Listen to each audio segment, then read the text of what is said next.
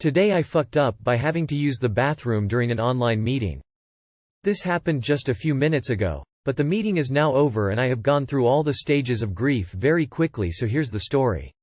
We have online meetings sometimes where I work, and we use Discord to do them.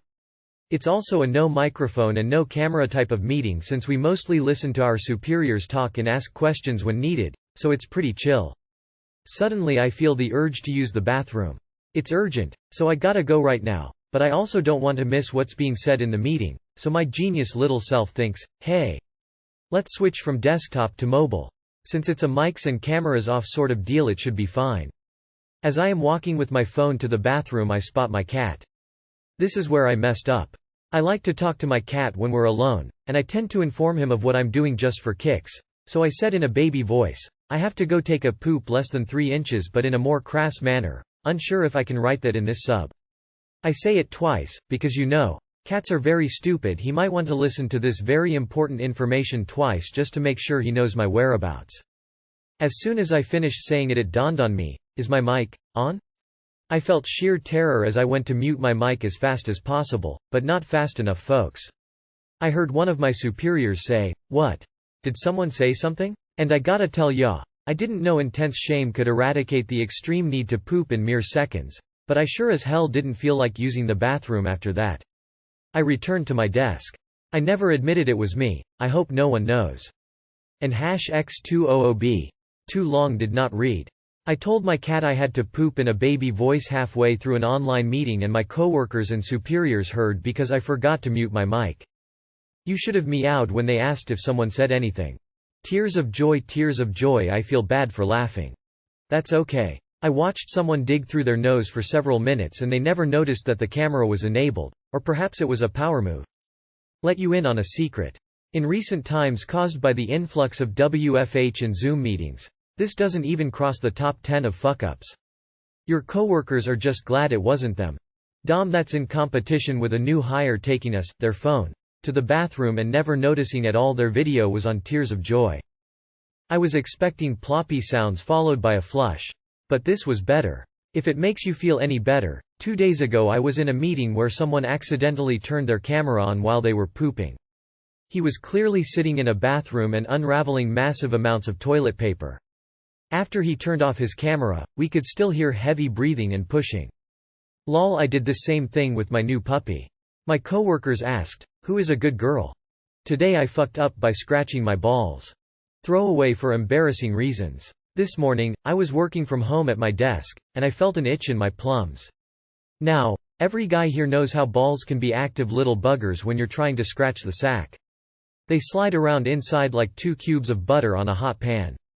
This makes it hard to scratch the skin because just when you think you've got the spot, the nards slide away, and you end up missing. In my many years of ball scratching, I have devised a way to nail down the spot I want to scratch, by using my thumb and middle finger to hold the skin, and my index finger to rub the skin that's locked in place. This usually feels amazing and resolves the itch extremely well. So this time, I reached down with my right hand absent-mindedly while replying to an email from a client, and started scratching, rubbing my right marble. But soon, I heard and felt an epic rip from my crown jewels, followed by this feeling like someone took a rubber band, stretched it to its maximum, and shot it at my testicle point blank. Pain and nausea followed immediately. It was like someone had stepped on my ball with stilettos. The skin on the affected ball went numb completely and I thought, oh fuck. When I raised my totem pole up and looked down, ol' righty was 2 inches lower than lefty. It hung so low, it looked like it belonged to a 90-year-old man. After searching PubMed and Google, it turned out that I had probably torn the scrotal testicular ligament that anchors the ball to the scrotal wall, which ensures it doesn't pirouette like a ballerina and cause testicular torsion. For some reason, all the clinics were closed, except for one, and the only doctor available was a ridiculously attractive female doctor. My balls lurched. Shit. I went in, explained the situation, and saw her wince. She told me to drop my pants and began checking my balls. I had to fight every urge for my wounded buddy to stand at attention, for obvious reasons. She said that my guess was likely correct and that I should go to the so they could run some tests and confirm what was wrong. When I made payment at the cashier, the female assistant gave me the saddest eyes and said out loud, "The doc referred you to emergency, huh? You poor thing. Try to wear supportive underwear and move slowly. Don't touch your testicles. Signals with a cupping motion. Everyone in the clinic stared at me. Embarrassed, I left, and went to the hospital. Turns out PubMed and Google were right. I completely ripped out the ligament attached to the oyster. The doctors were stunned at how I managed to do it. I'm scheduled for corrective surgery, but I'm not sure how much more I can live like this, wincing in pain and moving gingerly all the time. Edit. The technique I used is very similar to the famous pinch and roll technique but with 3 fingers. I don't think it's how I did it that's the problem, but where I did it. You may not want to use the pinch and roll at the base of your acorns. Just pinching at the base places immense stress on the ligament because you are essentially separating the skin, and dartos, from the testicle. Too long did not read. Scratched my balls. Ended up dislocating my testicle. Fought an erection while being checked by a hot female doctor. Doctor's assistant announced to the entire clinic that I had a funny ball. Now very likely to get testicular torsion and in constant nagging pain. Talk about a HIPAA violation. And just like that, I've been put off scratching my bollocks ever again. My man, I hope you get the surgery you need. May God have mercy on your balls. Sounds like once you're healed, you know where to go to pick up a first date. All the embarrassing stuff is out in the open. Haha. Yikes. This story is nuts. Didn't know this was a thing. Thanks for taking one for the team op. I've never been more relieved to have been born female. Hey to a bunch of strangers, you're now funny ballman. People might have been in there with some serious shit and you gave them a laugh. You'll be okay and they got to smile for a bit, so it's a win-win. Today I fucked up, I accidentally flashed today. And I am scared shitless. TIFU. So I was out for a cycle on a long path after work and I ended up absolutely dying for a piss, haha. And it was like loads of trees and foliage at the sides of the path and I was looking for a place to quickly jump in and do the business, and I noticed a little bit down a hill behind like a little run-down looking hut with loads of trees and stuff, so I was gonna turn and take cover near there.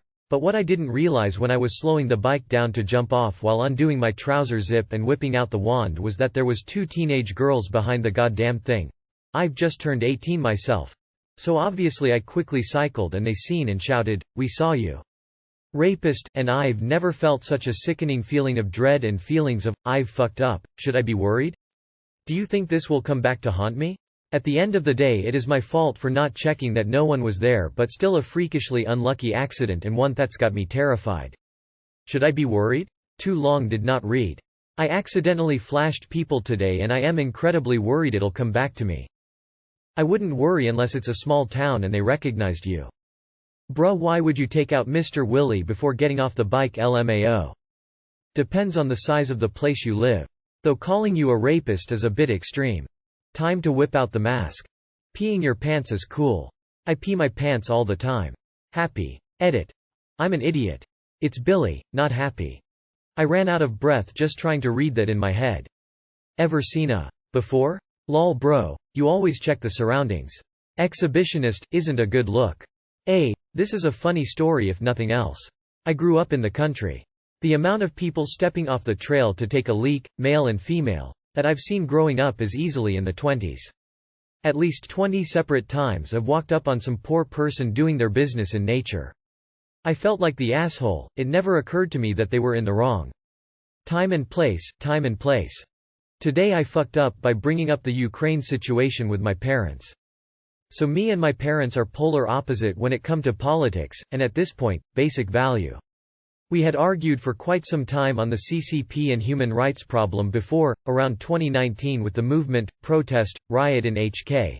Depending on your POV, and they are on full support for the CCP. That ended by no one shall bring up the topic ever again.